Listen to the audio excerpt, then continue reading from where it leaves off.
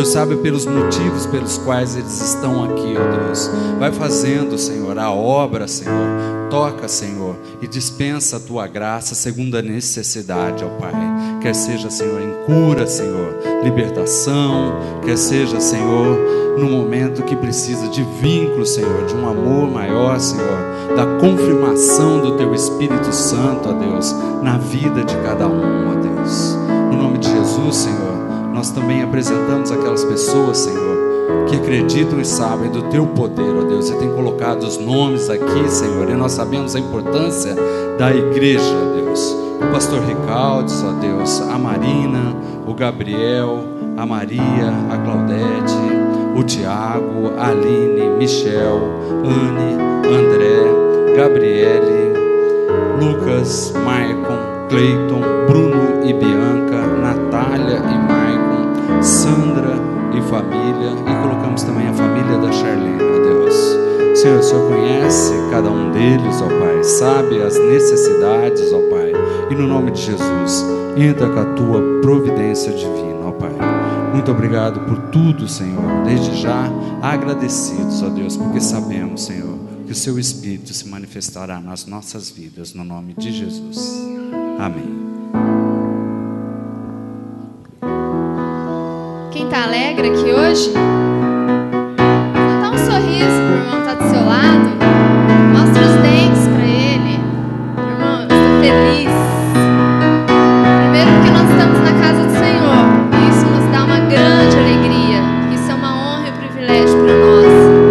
Podermos estar na casa de Deus, onde o corpo de Cristo se reúne. Nesse momento para adorarmos ao Senhor em alegria, em espírito e em verdade. Amém? Quero ver o povo animado. Vamos lá nas palmas? 1, 2 e... Ao chegar aqui, neste lugar, encontrei você feliz. Com você também, em comunhão, adoramos ao Senhor. Ao chegar aqui, neste lugar, encontrei você feliz. Você também, em comunhão, adoramos ao Senhor.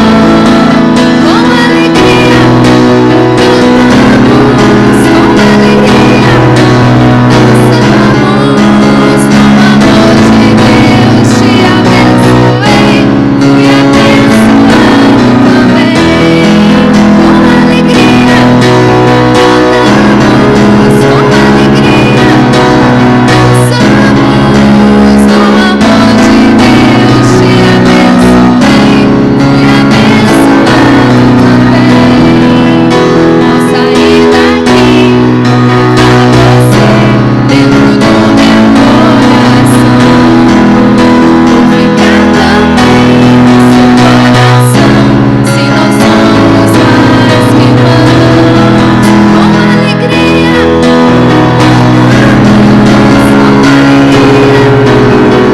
dançamos, no amor de Deus te abençoei, fui abençoado também. Com alegria, cantamos, com alegria, dançamos, no amor de Deus te abençoei, fui abençoado também. No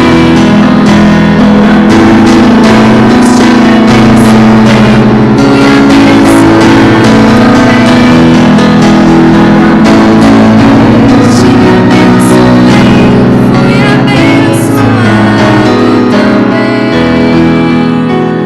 Pro ensaio ficou mais ou menos. É pra Deus. Vamos fazer melhor? Até eu errei, gente. Me ajuda. Vamos fazer melhor? Porque é pra Deus. Com alegria. Vamos lá de novo? Então vamos lá. Nas palmas, bem forte. Quero ver a igreja. Vamos lá. Deus.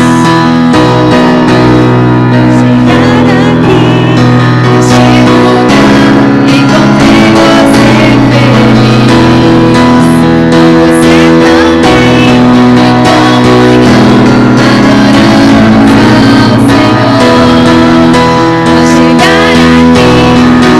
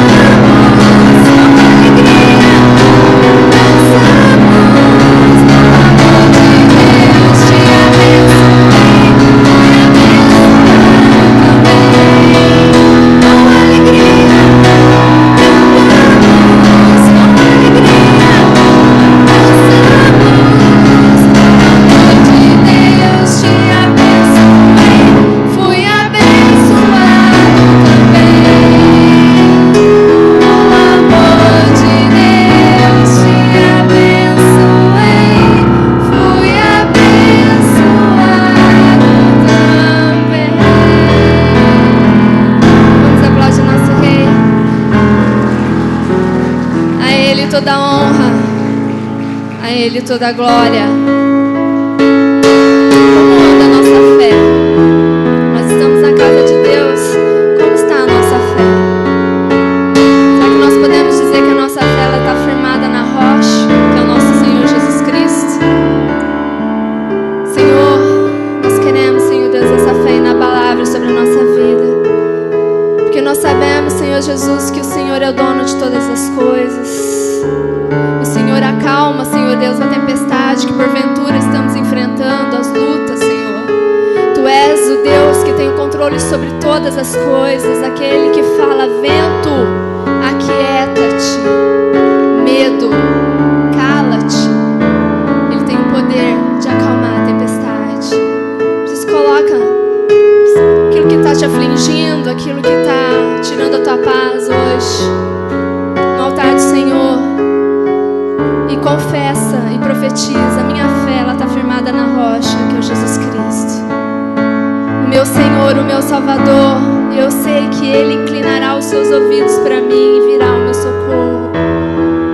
O vento pode até balançar, Senhor Deus, o meu barco, a minha vida, mas eu sei que o Senhor está comigo. Eu sei que o Senhor está comigo, Senhor.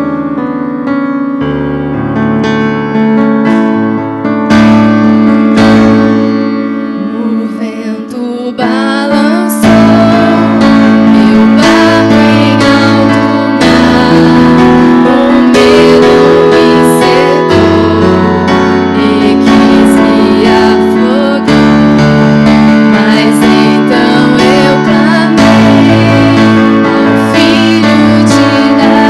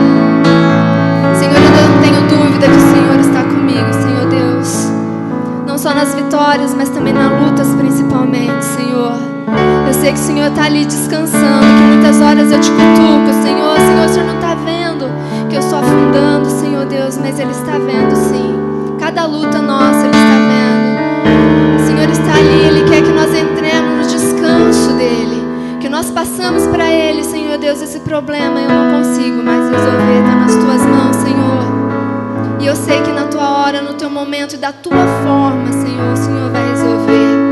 Porque o Senhor é o meu Deus, o Senhor é o dono de todas as coisas, o Senhor está no controle e no governo de todas as coisas. Por isso, Senhor Deus, eu não me canso de dizer que eu não temo mais o mar e firme está a minha fé. Vamos falar, vamos declarar isso novamente?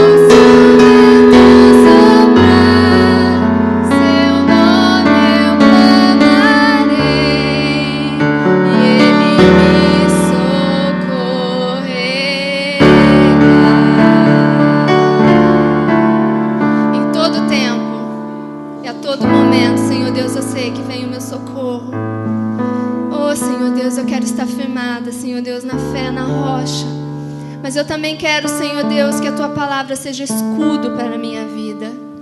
Ela é lâmpada para os meus pés, Senhor Deus. Por isso que não cansemos de meditar na Tua palavra, Senhor Deus, porque ela que vai dar os direcionamentos, Senhor, de qual que é a Tua vontade, Senhor Deus, que Tu queres para nós, para a nossa vida. Nós sabemos, Senhor Deus, no coletivo o que o Senhor quer e o que o Senhor tem para o Teu povo. Mas nós queremos também saber o que o Senhor quer individualmente, com cada um de nós que estamos aqui. Estamos aqui na Tua casa, na Tua presença, Senhor Deus, porque nós queremos o Teu direcionamento. E nós sabemos que a Tua palavra, Senhor Deus, trata de todos os assuntos. Por isso, Senhor Deus, nós professamos que a Tua palavra é escudo para a nossa vida. Ela é escudo para aqueles que nele creem. Por isso, por toda a minha vida, Senhor, eu Te louvarei. Por toda a minha vida.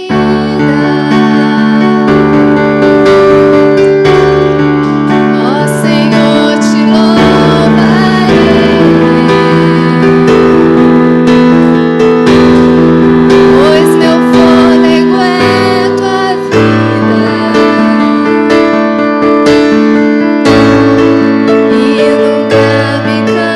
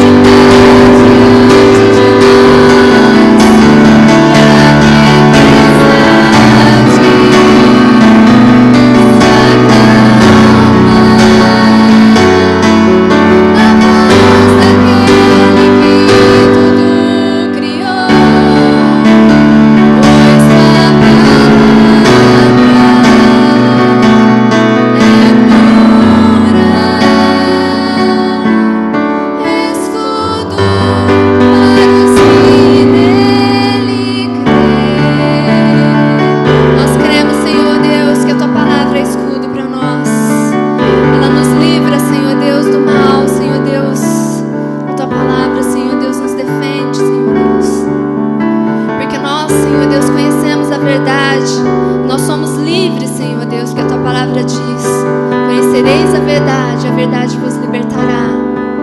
Por isso, Senhor Deus, nós temos a tua palavra como luz para a nossa vida, Senhor. Aleluia.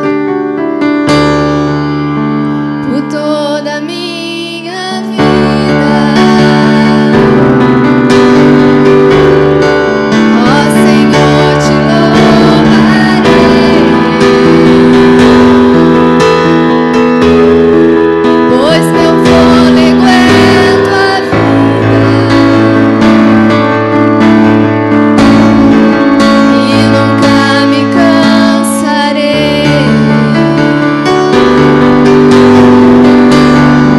Posso ouvir a tua voz, é mais doce do que o mel, que me tira dessa cova e me leva até o céu. Chave, fogo e terremoto,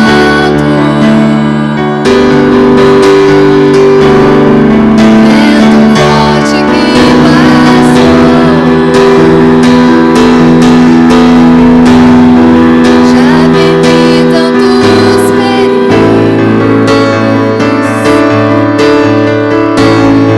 mas tua voz me acalmou. Tu dá ordem às estrelas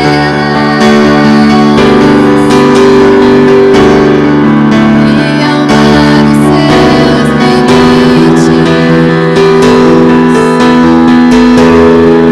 Eu me sinto tão seguro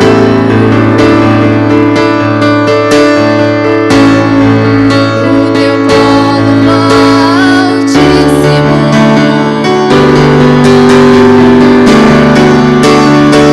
Não há ferrolhos, nem portas que se fechem diante da tua voz. Não há doenças, nem culpa que fique de pé diante de nós. A tempestade se acalma na voz daquele que tudo criou, pois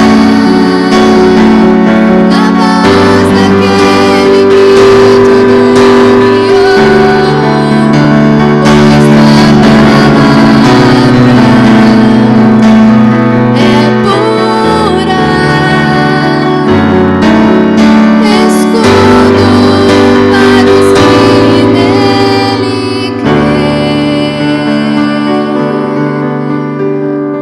Será que você pode levantar um louvor para o Senhor?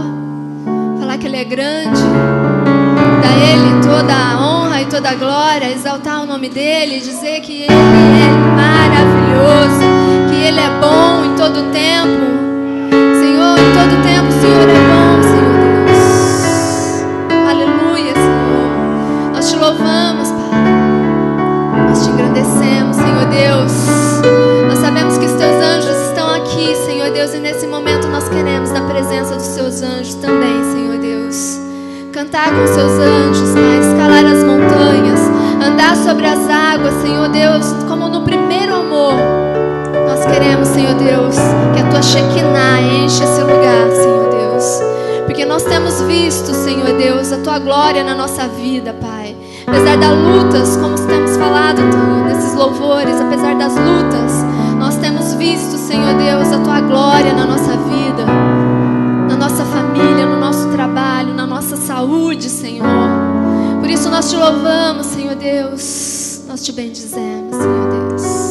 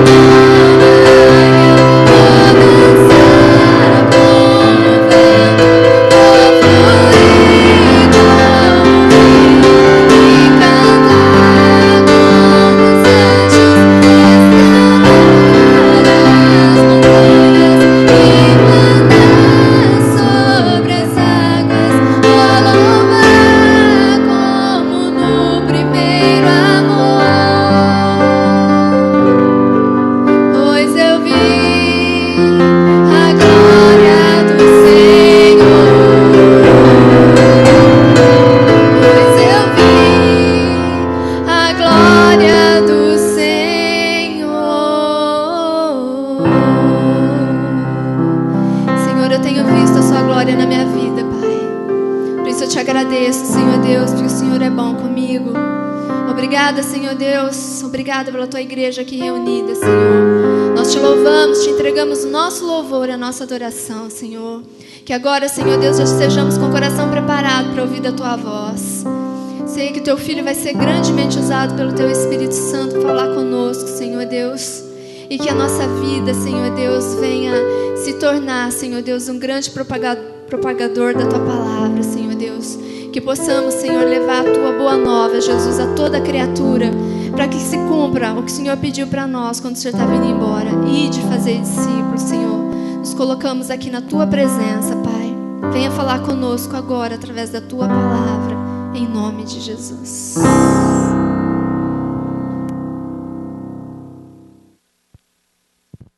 Aleluia. Pai do Senhor Jesus a todos.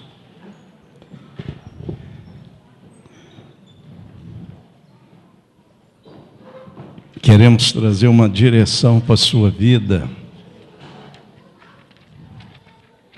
através da loucura da pregação. O texto que vamos compartilhar com vocês hoje é Lucas, capítulo 5.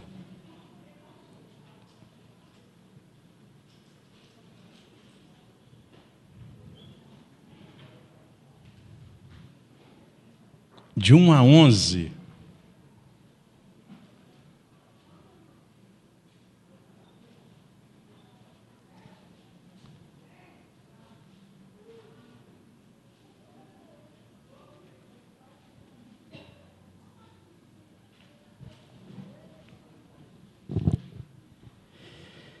Certo dia, Jesus estava perto do lago de Genezaré, e uma multidão o comprimia de todos os lados para ouvir a palavra de Deus.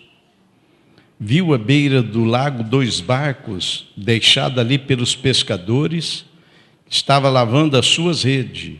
Entrou num dos barcos, o que pertencia a Simão, e pediu-lhe o que afastava um pouco da praia. Então se sentou no barco e ensinava o povo. Tendo acabado de falar, disse a Simão: vá para onde as águas são mais profundas. E disse a todos: lancem as redes para pescar. E Simão respondeu: mestre, esforçamo-nos a noite inteira e não pegamos nada. Mas porque é tu que está nos ordenando, vou lançar as redes. E quando eles fizeram isso, pegaram tal quantidade de peixe que as redes começaram a rasgar-se. Então fizeram sinais a seus companheiros no outro barco para que viesse ajudá-los. E eles vieram e encheram ambos os barcos, ao ponto de começar a afundar. E quando Simão Pedro viu isso, prostrou-se aos pés de Jesus e disse: afasta-te de mim, Senhor, porque eu sou um homem pecador. Pois ele e todos os seus companheiros estavam perplexos com a pesca que havia feito, como também Tiago e João, os filhos de Zebedeu, que eram sócios de Simão. E Jesus disse a Simão: não tenha medo, de agora em diante você será pescador de homens. E eles então arrastaram seus barcos para a praia, deixaram tudo e os seguiram. Louvado seja o nome de Jesus. Uma das qualidades do próprio Deus é a qualidade de ser objetivo. Quando você pensa em Deus, você pensa em alguém que é 100% objetivo. Então Deus invisível se encarnou. E nos 33 anos que seu filho andou aqui, encarnado, como nós, como ser humano, essa qualidade se destacou sobremaneira. Tudo que Jesus fazia tinha objetivo. O objetivo maior deles era pegar os seguidores dele, aqueles que seguiam, e ensiná-los e treiná-los. Todo passo de Jesus é um treinamento para o seguidor atento. Alguns não atentam para isso, mas todo passo de Jesus é um treinamento. Ele treinou seus discípulos em festa. Ele ia nas festas, festa de 3 dias, de uma semana. Ele treinou seus discípulos nas montanhas. Ele treinou seus discípulos no deserto. Ele treinou seus discípulos dentro da sinagoga, na igreja da época.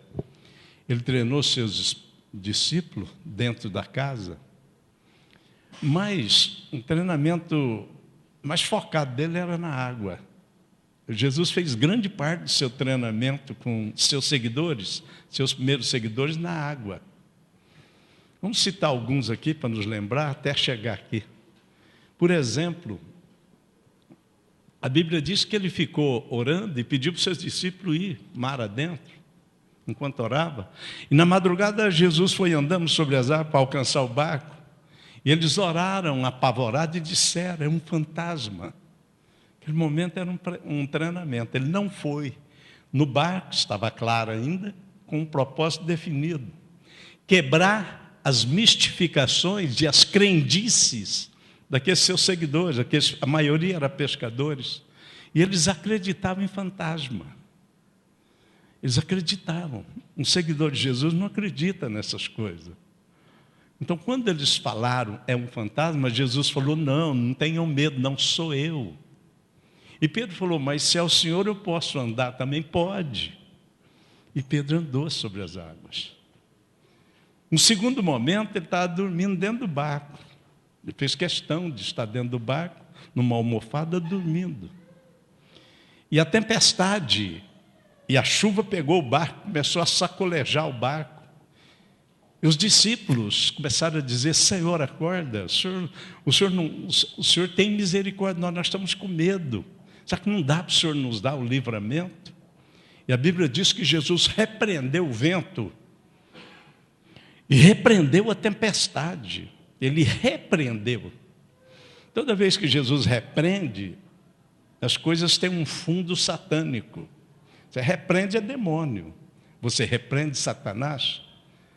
Então, naquele momento, ele tá colocando em treinamento a fé dos seus discípulos para mostrar a eles que as conversas sobre os deuses do mar não existem, mas existe um inimigo muito astuto que pode mistificar acontecimentos e passar despercebido. Jesus desmascarava, por exemplo, uma doença que precisava de ser desmascarada, que tinha fundo satânico. Ele dizia que era espírito de enfermidade. E aqui ele estava desmascarando a ação que tinha contra. Seus discípulos saber que muitas ações pela terra fora, ela tem um fundo demoníaco, não é coincidência. Tem uma estrutura no mundo invisível que produz aquilo. E Jesus expulsou os elementos do mundo invisível que estava promovendo aquele vento. Não era qualquer vento que fazia os pescadores ficar com medo. Não era qualquer vento. Eles eram pessoas talhadas para enfrentar qualquer coisa na água. Pedro, Tiago e João, com seu pai Zebedeu, tinham uma companhia de pesca. Esse foi um segundo acontecimento.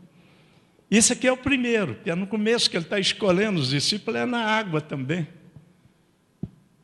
E diante do fracasso deles com a pescaria, uma coisa é nós, pescadores amador, ir nos lugares, não pegar nada e vir embora. A gente passa na peixaria Santa Paula e compra um pouco de peixe e traz para casa.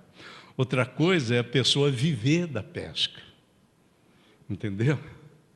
Outra coisa é a pessoa saber que está lavando as redes, está indo para casa e não tem comida para levar. Esses dias eu estava vendo um programa de pescaria no mar, e eles começam a passar aqueles programas no canal fechado. Eu gosto de ver aquelas pescarias, aqueles peixes grandes. E eu vi a entrevista de um que estava voltando triste porque não conseguiu pegar nada. Ele falou: lá em casa eu tenho eu tenho a mulher e 2 filhas me esperando para levar comida. Então esse era o acontecimento. Não só essa companhia, como muitos outros barcos saíram e não tinham pegado nada. E Jesus dá uma ordem a todo ele, estava com o barquinho ali lavando as redes. Ele diz: olha, vai para o outro lado, aprofunda, vai para o lugar mais fundo. E eles obedeceram. Por isso o texto que queremos compartilhar com vocês é esse: avancem para a água mais profunda. Até onde você foi com Deus? Onde está a água? Ezequiel teve uma visão lá na Babilônia. Ele era o profeta de um povo que estava cativo. O povo de Israel estava cativo lá na Babilônia, agora sob o domínio dos medos persas. E ele tem uma visão no meio dos cativos. Lá ele era o profeta. Ele falou: olha, eu estou vendo o templo. E lá no templo eu estou vendo o sacerdote. E eu vejo um rio que sai do trono, do templo. Ele sai de lá do trono que está no templo. E eu estou vendo agora, ele começa a passar a visão para os cativos, para animar os cativos, e diz: a água chegou no pé. E aí depois ele fala: olha, agora já estou olhando, a água já está na canela. Depois ele disse: eu estou olhando, a água já chegou no joelho. E a água está subindo. A água já chegou no umbigo, na cintura. Depois ele diz: ó, a água chegou no peito. E é tão fundo que não deu mais, ele saiu nadando, ele precisou de nadar. Então ali, se a gente aplicar, fala daquilo que Deus quer fazer conosco. Quando começamos a andar com o Senhor, nós começamos a entrar na água. As coisas mais profundas estão nos lugares mais profundos. As coisas mais profundas não estão no raso. Então a pergunta é: até onde você foi com Jesus? Até onde você aprofundou a sua vida na sua comunhão com Jesus? Até onde as suas experiências estão com Jesus? Até onde você foi? É começo de ano. Até onde você quer ir esse ano? Onde Deus quer te levar? Se depender dele, ele está dizendo: olha, pega o barquinho outra vez, pega aí. Não importa se no começo do ano você já está com a sua rede vazia, tendo que lavar ela porque não está acontecendo nada. Não importa que a vida de 2014 comece a se desenhar novamente como uma vida fracassada, como uma vida sem qualquer objetivo ou projeto, não importa. Eu estou dando uma ordem para vocês específica.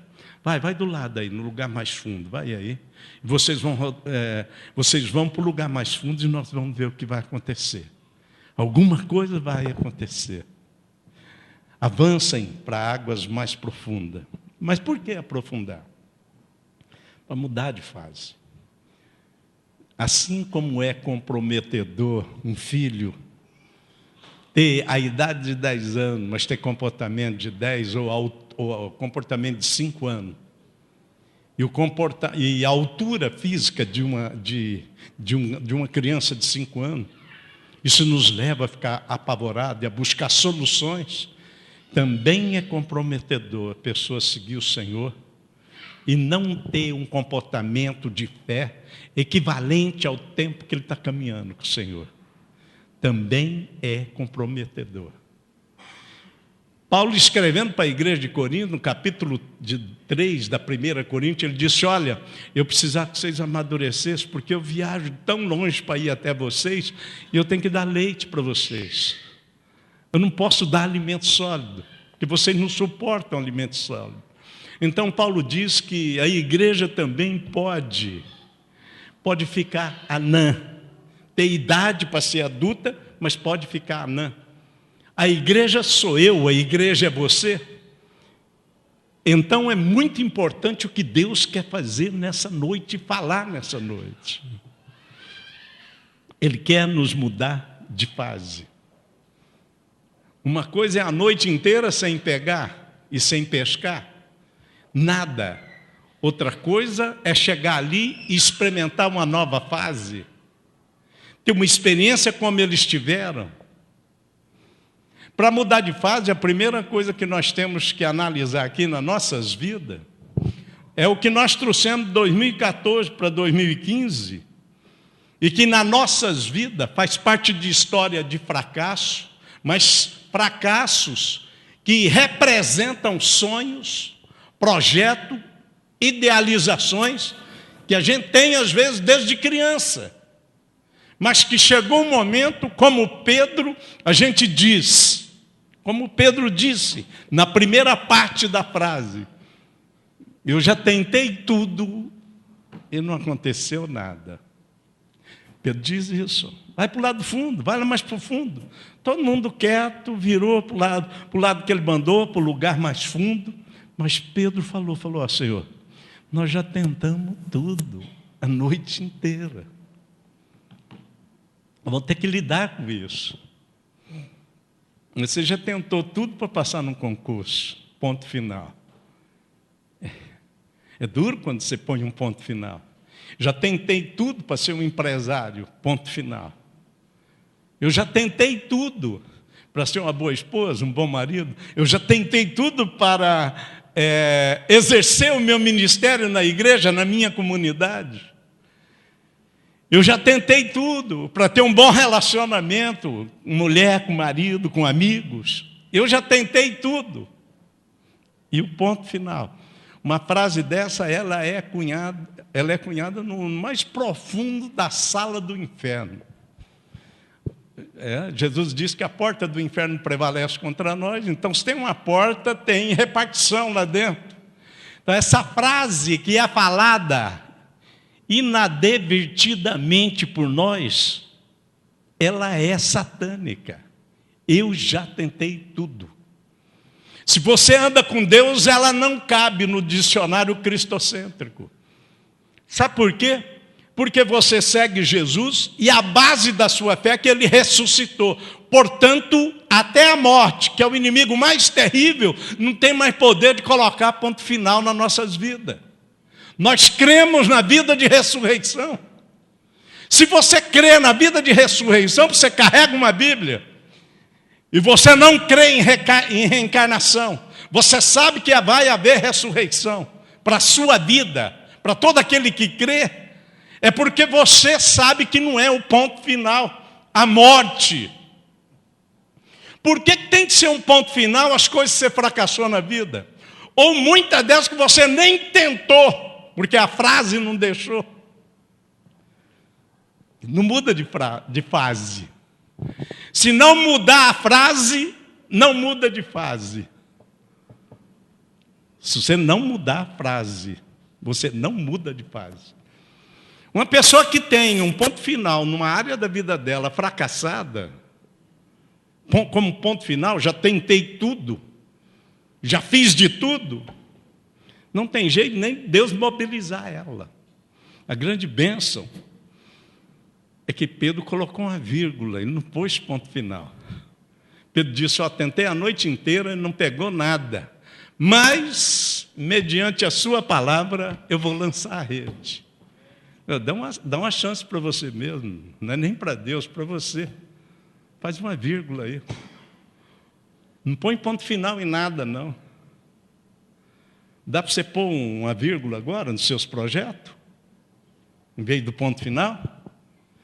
Vamos ter a humildade diante do Senhor, falar, Senhor, estou pegando de volta a minha frase com ponto final nas áreas da minha vida. Eu quero, como Pedro, dizer, mas, nessa noite, porque a sua palavra está me incomodando, eu vou lançar a rede. Eu vou obedecer a sua palavra. Irmãos, quando obedecemos a palavra do Senhor e a promessa dEle, não haverá fracasso mais. Haverá luta, batalha para conquistar, mas não haverá fracasso. Se você honrar o Senhor e a palavra dEle, você pode dizer, olha, eu já tentei X relacionamento, já tentei ser usado por Deus, já tentei relacionar, já tentei tudo para ter uma vida material mais abrangente, já tentei tudo para ser um vaso do Senhor, eu já tentei tudo e não aconteceu nada, mas nessa noite eu vou dar uma chance para mim, nessa noite eu vou obedecer a sua palavra, porque eu hei de retomar os projetos da minha vida, eu hei de retomar a minha própria vida, eu hei de experimentar o que o Senhor tem para mim, eu hei de aprofundar um pouco mais as coisas que o Senhor quer fazer comigo. Eu hei de ter uma experiência contigo. Dá uma chance para você mesmo. Avança para a água mais profunda. Tira os pontos finais que você colocou em áreas que Deus quer fazer e abençoar a sua vida. Coloca uma vírgula e diz, Senhor, esse ano eu vou começar a obedecer a sua palavra. as suas ordens, eu quero abraçar e eu quero experimentar as suas promessas. Ao obedecer a palavra, ao mudar de fase, porque foi uma fase de derrota até ali, a pescaria deles é uma fase de derrota, de fracasso. Ele mudou a fase. Ao mudar a fase, ele começou a aprender a andar pela fé. Você só aprende a andar pela fé no fundo, irmão. Na rasura, não. Você pega uma piscina, é normal você fazer uma parte mais funda e uma rasinha para ficar as crianças. Mas existe muitas pessoas adultas que não vai lá no fundo da piscina. Fica ali sentadinho com o pé. Para uma criança é normal ficar com o pezinho ali. E a criança às vezes tem mais coragem. Se não tomar cuidado, ela pula lá. Mas você já pegou em alguém que tem medo de aprofundar? Você já foi no mar ou na água, ou alguém? Eu já tive perto de pessoa que fui levando a pessoa, não, vamos. E dei uma forçadinha, ela me enfiou a unha nas costas, arrancou um pedaço de carne, tanto medo. Então a gente sabe que o inferno produz na nossa caminhada os medos satânicos, explorando nossa alma, para a gente não andar por fé, para não aprofundar. Os medos não deixaram você aprofundar a sua vida e não deixarão, se não tomar cuidado, aprofundar a sua fé. Os medos, tem um monte de coisa que você podia ter conquistado que você não avançou e não foi. Porque o medo paralisante produzido pelo inferno, explorando o consentimento paralisante da sua fé, o medo, ele te impediu. E o Senhor quer te curar nessa noite, nesse lugar. Você pode sim fazer tudo que você imaginou, que você sonhou, você pode fazer porque o Senhor está contigo. Ele te capacitará a chegar onde Ele quer que você chegue e onde você sonhou chegar.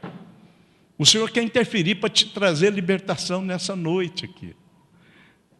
É preciso estruturar a fé. E não vai para o fundo se você não estruturar a fé. Você vai andar com o Senhor, com Jesus, você é um cristão, você aderiu ao cristianismo, então não tem jeito de andar com um ser que você não vê, pela razão, pela emoção. Esse ser que nós não vemos, o Espírito Santo, que habita em nós, ele tem um jeito de testificar que está conosco, nós não vemos ele. Só tem um jeito, é a obediência. Obedecer totalmente, alegremente, prontamente. Obedecer. Pedro obedeceu prontamente, mediante a sua palavra, eu vou jogar a rede. Totalmente, jogou a rede, não parou no meio do caminho, alegremente, porque tirou a rede cheia. Ali Pedro estava lutando contra a razão. Ele chegou a esboçar na conversa a razão dele. O que ele está querendo dizer para Jesus, falou, olha, se for olhar de forma racional, eu não vou jogar rede, porque eu sou pescador traquejado, eu não sou marinheiro de primeira viagem. Eu estou aqui na beira, o senhor está dizendo que nós vamos pegar peixe aqui? Nós passamos nos melhores pousos, nos lugares todos e não pegamos. Se ele for entrar na razão. Então, nessa noite aqui, sabe o que pode acontecer? Se você não tomar cuidado, sua razão começa a funcionar para você não dar o passo que você tem que dar. Ela começa a funcionar. É que nem uma máquina. E você não percebe quem está buzinando. Pedro chegou a esboçar. Pedro chegou a dizer. Ele não estava sentindo vontade de jogar água, jogar ali? A rede? Como? Ele conhece. Então, as informações que você recebe maciçamente pela mídia, pela tecnologia, não te deixa mais inteligente. É só informação. Ela pode ser um elemento usado pelo inferno para te impedir de dar um passo de fé. Porque o passo de fé que Deus está pedindo para você e para mim nessa noite é contra a razão. É contra o que você está sentindo. Principalmente nas áreas que você tem que tirar o ponto final e colocar a vírgula. Alguns de nós fracassou muitas vezes nessa área. Alguns de nós têm um medo estranho nessas áreas. Alguns de nós esteve tão apavorado que não conseguiu ter um enfrentamento nas áreas que precisam ser transformadas. Então não é informação, é transformação. Aquilo ali era transformador. Como é que um pescador do quilate de Pedro e o grupo profissionais que está com ele vai lançar a rede ali onde está lavando as redes? Como é que vai obedecer um homem que ele não conhece, nunca viram pescando na região? Mas ele deu a palavra. Aquele homem, eles podem nunca ter visto ele pescar na região, mas aquele homem é que fez o mar. Aquele homem fez os peixes. Aquele homem sabia de tudo. Então, quando Jesus está dando uma ordem para você, ele sabe como é que ele vai mobilizar as implicações que envolve o que você tem que fazer nessa noite. Quando você muda de fé, você muda de fase, você mudou a frase. Se você mudou a frase, você está disposto a desconsiderar, por causa da palavra de Jesus, o que você pensa, sente e faz. Porque quase sempre, ou sempre, o que Jesus te pedir está contra o que você pensa, sente e faz. Às vezes temos um mero sentimento aqui, ficamos quebrantados, mas não vamos obedecer. Porque achamos que vamos perder o controle. Como é que fica Pedro jogando a rede onde não tem peixe? Como é que você vai ficar dizendo que Jesus vai resolver a solução da tua doença, se tem diagnóstico racional, se tem exame para ver? Você tem medo de pagar um mico? Como você vai lutar contra o medo que tem no seu coração para as áreas que você precisa de retomar? Estruturar a base de fé é começar a obedecer ao Senhor no primeiro andar. A palavra dele está acima do que eu penso, sinto e faço.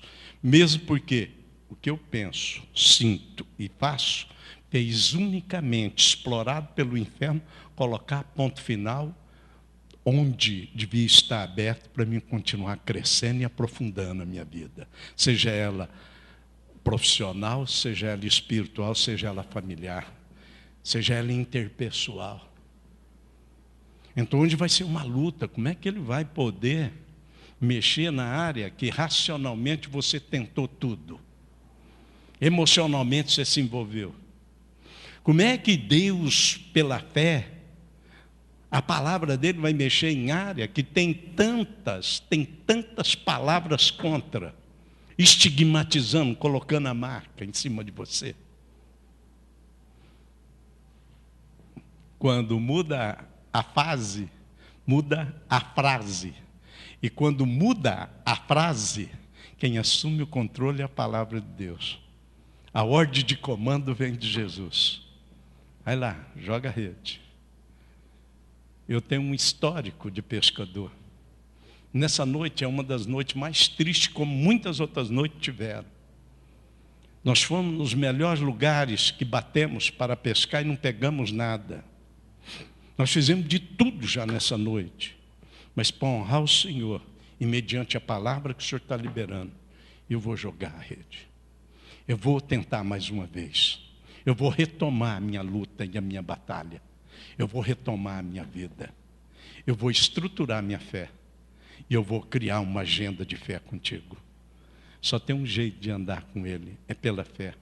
E andar pela fé está acima do que eu penso, sinto e faço.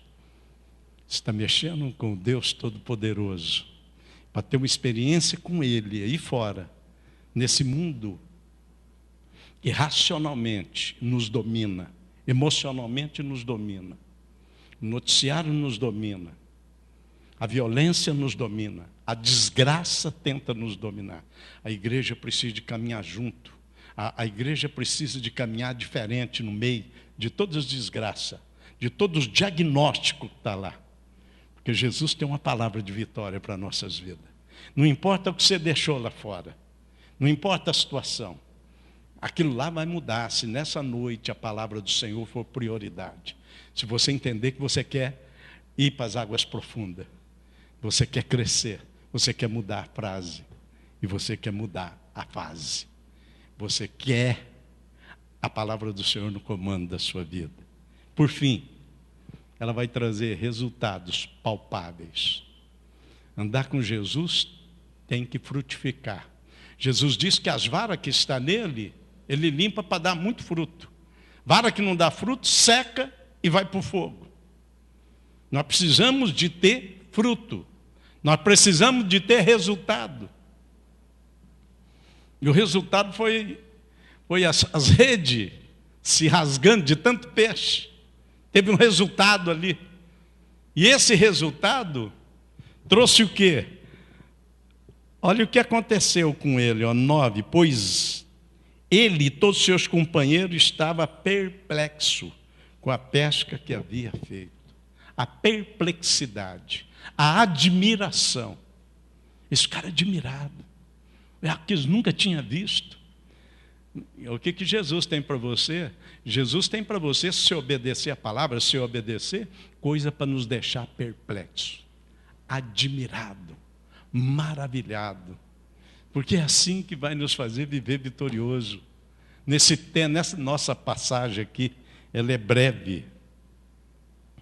Então, primeiro resultado que eu vou passar para vocês é essa pessoa que muda de fase porque mudou a frase e começa a andar por fé, ela prioriza mais a palavra do que a reputação dela. Quando Pedro falou, olha, eu tenho uma reputação a zelar, eu sou pescador, mas mediante a sua palavra eu vou jogar a rede, ele virou as costas para a reputação. Então, muitos de nós não têm uma experiência mais profunda com o Senhor, porque a gente cuida mais da reputação do que da palavra. E a gente tem medo de dizer que é cristão, que anda pela fé. A gente tem medo de testemunhar. A gente tem medo de falar para as pessoas que estão sofrendo a nossa volta, olha, eu vou orar e você vai ser curado. A gente tem medo de dizer, não, eu vou lá na sua casa, você não está dormindo à noite, eu vou lá, eu vou orar lá e você vai começar a dormir à noite. Nós temos medo.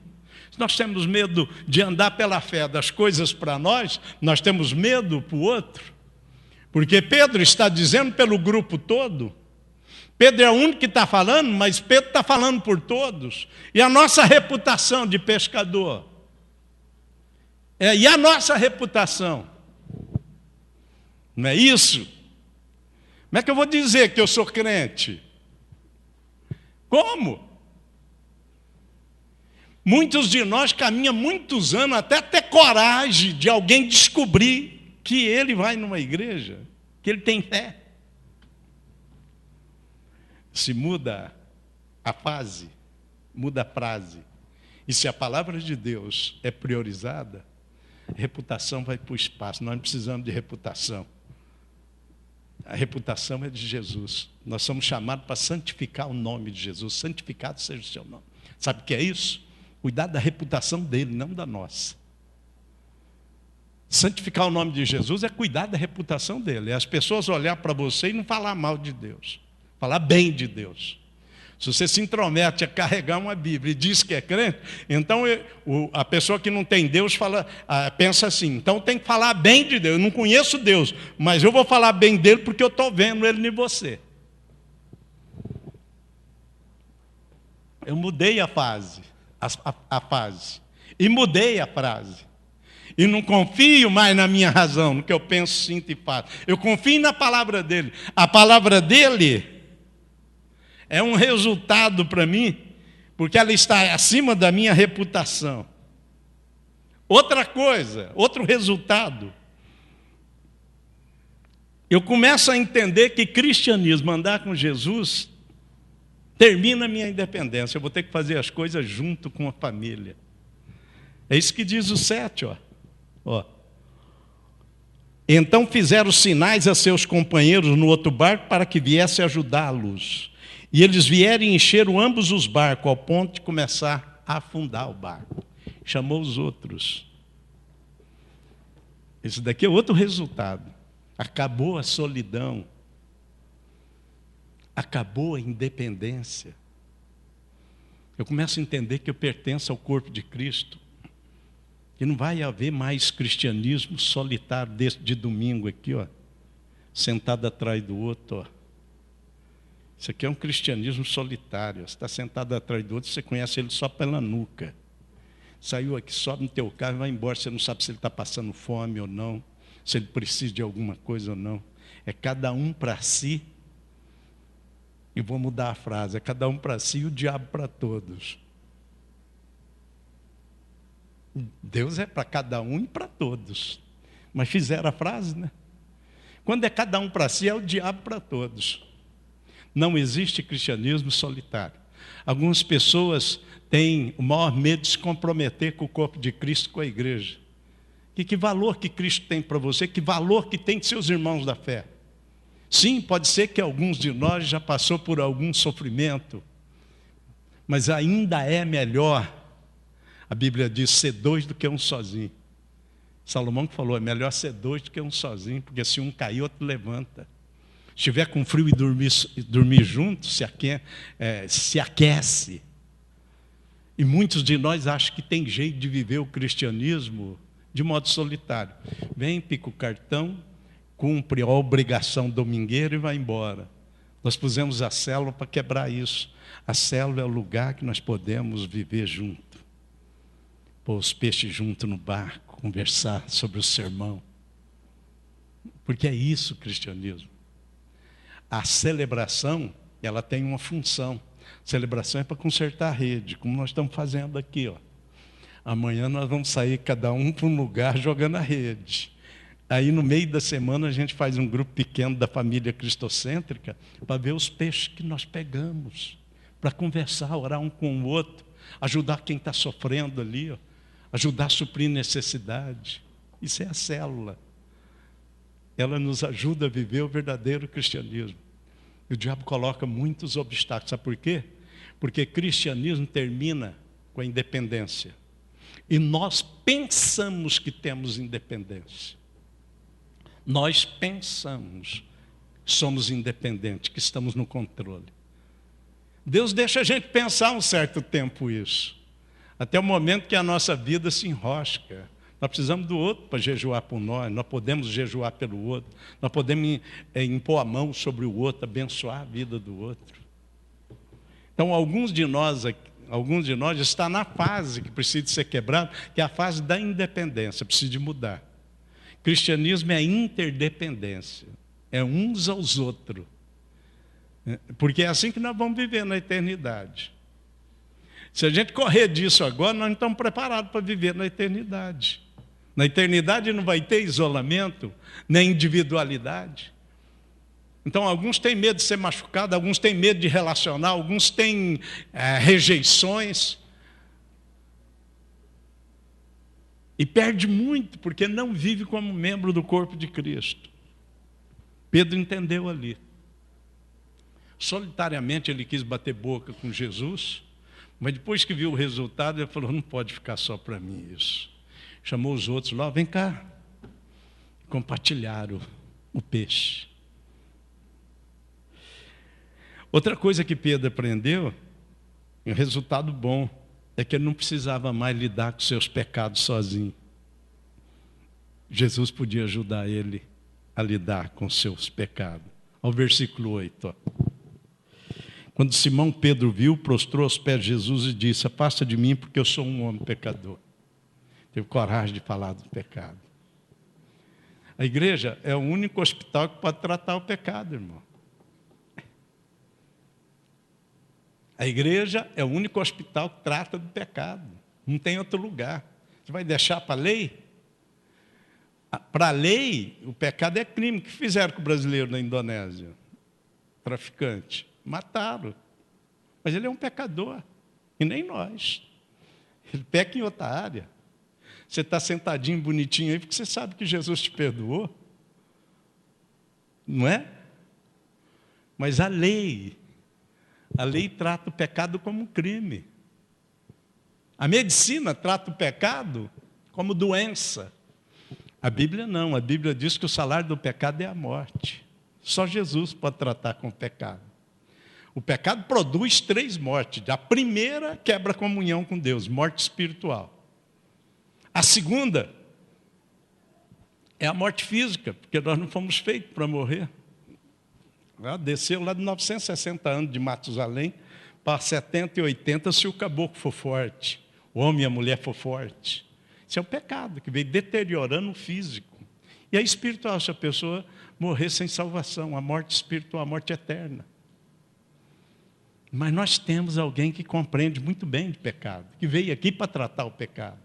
Nós não precisamos de ficar com os pecados escondidos. Os pecados escondidos é que nos impede de fazer a boa pesca. E Pedro, publicamente, assumiu: sou um pecador.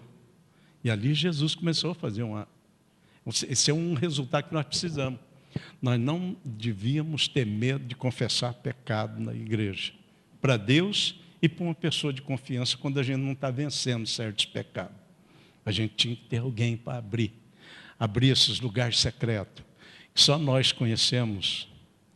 Deus e o diabo conhecem também. Nós tínhamos que fechar essas brechas nas nossas vidas, para andar com a consciência tranquila. É para dormir tranquilo.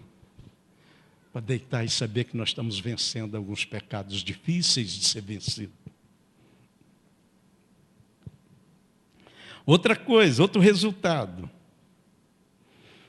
Exercer uma influência positiva nas pessoas. Pois que Pedro deu espaço, teve uma influência positiva nas pessoas.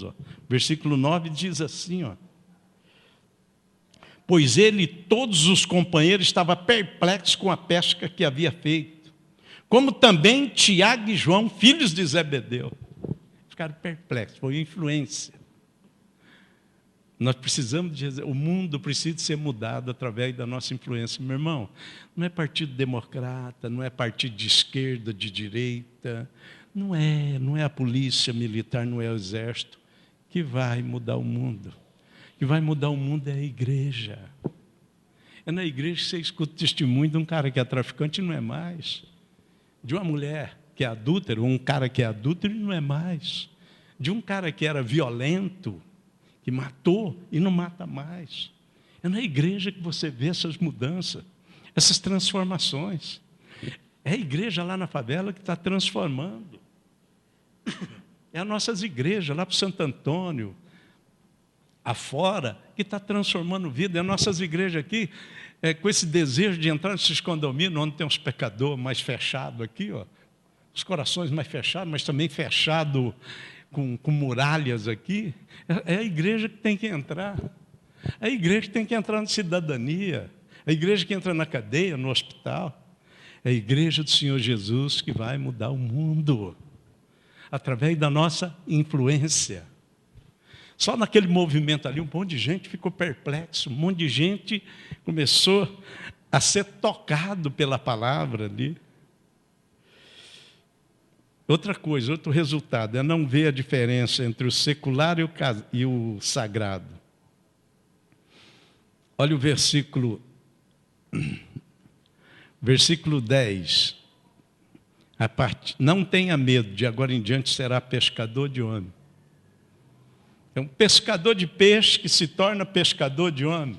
O desejo de Jesus é que o servente de pedreiro se torne pescador de homem, que o dentista se torne pescador de homem, que o médico se torne pescador de homem, que o eletricista se torne pescador de homem. Não separe, não. A igreja não termina aqui, ela vai lá para dentro da tua profissão, da tua casa, do teu bairro e do seu serviço, da sua escola. O aluno seja pescador de homem. Você quer saber o que Deus... Se eu soubesse a vontade de Deus, você vai saber agora. Deus quer fazer de você um pescador e uma pescadora de gente, de alma. Que Deus menos tem. Que Deus menos tem é o coração das pessoas. Ele mandou pregar o evangelho a toda criatura. Que Deus menos tem são pessoas. Então, gente, nós precisamos de entender isso. Que Deus mais quer de uma igreja transformar ela em discípulos, pescadores de homens, de almas. Não existe separação. A gente acha que o trabalho é profano, não é não. Que crente eu sou só a hora que eu aperto o botão para vir na igreja no domingo. Não, eu sou cristão em qualquer lugar que eu estou. Tem pessoas queridas que trabalham comigo e não para o inferno. Tem parentes meus que comem comigo de domingo na mesma mesa indo para o inferno. Tem gente querida minha que não conhece o Senhor. Mas muitas vezes nós fazemos separação, departamentalizamos o espiritual do mundo. Não, para nós cristãos não existe isso. Onde nós estamos, nós somos um representante de Cristo. Onde moramos, trabalhamos, vivemos. Você não queria saber o que Deus quer da sua vida? É isso. Você está entrando aqui a primeira vez. Se Deus tocar a sua vida, sabe o que vai acontecer amanhã? Que a vizinha do outro lado do muro, ela vai vir, a vizinha do outro lado do muro. Se não tiver muro, a coisa aqui em casa não está boa. Você já vai poder pescar uma alma. Você vai poder, no mínimo, dizer a ela, olha, não está boa, mas pode estar boa. Eu fui tocada por Deus na noite de domingo. Deus tocou meu coração. Eu gostaria de fazer alguma coisa por você. Sabe por quê? Você vai sair daqui, possivelmente você não vai dormir sem ouvir alguém desesperado. Se dormir, a hora que você acordar amanhã, você não vai passar o dia sem ouvir alguém desesperado. Não tem que inventar nada para ele. Lembra que o Senhor está te escolhendo para ser pescador de homem. Para ser um bom servente pedreiro, um bom encanador, um bom eletricista, um bom dentista, um bom empresário, mas ser um ganhador de alma, um bom ganhador de alma. Não separa isso não. Onde você está é a chance de Deus chegar no coração das pessoas. Isso é outro resultado. Os pescadores já fez alguma coisa com os amigos de profissão? Já repartiram o peixe com os amigos de profissão? Mas quem que você vai influenciar? Quem está à sua volta? Eu não poderei influenciar eles. As pessoas que é do seu segmento, você tem tudo para influenciar. E queria dizer a você que a maior alegria, a alegria mais indescritível da sua vida, vai ser o dia que você ganhar uma alma para Jesus. Não dá para explicar como que é isso. Mas vai ser nesse dia.